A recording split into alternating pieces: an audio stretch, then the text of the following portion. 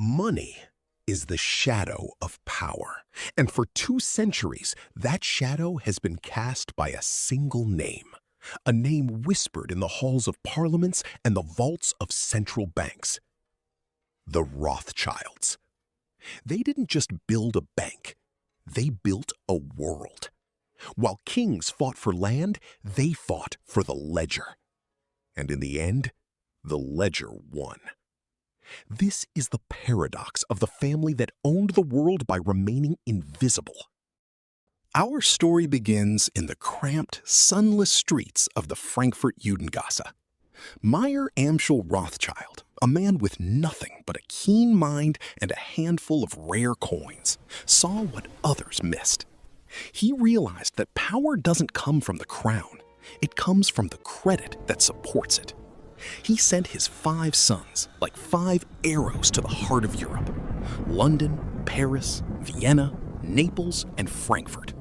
They were a human network, a financial nervous system that would soon dictate the pulse of a continent.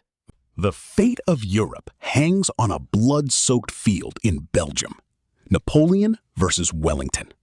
But the real battle was happening in the London Stock Exchange. Nathan Rothschild, the most ruthless of the brothers, had a secret weapon: information. His private couriers reached London before the official government dispatches. Legend says he stood by the pillar, looking somber, and began to sell. The market panicked. "Wellington has lost," they whispered. As the market crashed, Nathan quietly bought everything. When the news of the victory finally arrived, he was the master of the British economy. He didn't just win a fortune, he bought a nation. The Rothschild Paradox is simple. Peace is good for business, but war is better for banking. They became the ultimate financiers of conflict. They funded the British against Napoleon, the French against the Prussians, and eventually the industrialization of the New World.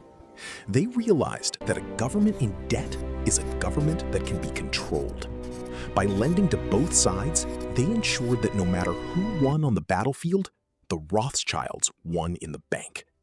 They were the invisible hand behind the borders of Europe, shifting the balance of power with a stroke of a pen. As the 19th century turned into the 20th, the family's influence became so vast it was almost mythical. They controlled the gold markets, the railways, and the mines. But they also mastered the art of the golden veil. They moved away from the public eye, operating through trusts, proxies, and secretive partnerships.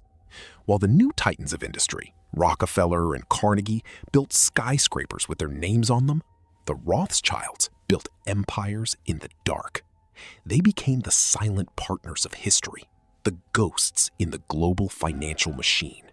Today, the name Rothschild triggers 1,000 conspiracy theories. Some say they run the central banks. Others say they are the architects of the New World Order. But the truth is more nuanced. Their direct power has fragmented, but their legacy is the very system we live in. The global banking network, the concept of international sovereign debt, the interconnectedness of global markets. This is the house that Meyer Amschel built. They prove that true power doesn't need a throne. It just needs a seat at the table where the money is printed. The Rothschild Paradox remains. To be truly powerful, you must be invisible. But in an age of total transparency and digital footprints, can the old masters of the shadow still hold the reins? Or has the ghost in the machine finally outgrown its creators? The ledger is still being written, and the name at the bottom remains the same. The world of money is deeper than you think. Do you believe the Rothschilds still hold the keys to the global economy? Or is their power a relic of the past? Join the conversation below. For more deep dives into the secrets of wealth, subscribe to Billionaire Secrets. Knowledge is the only currency that never devalues.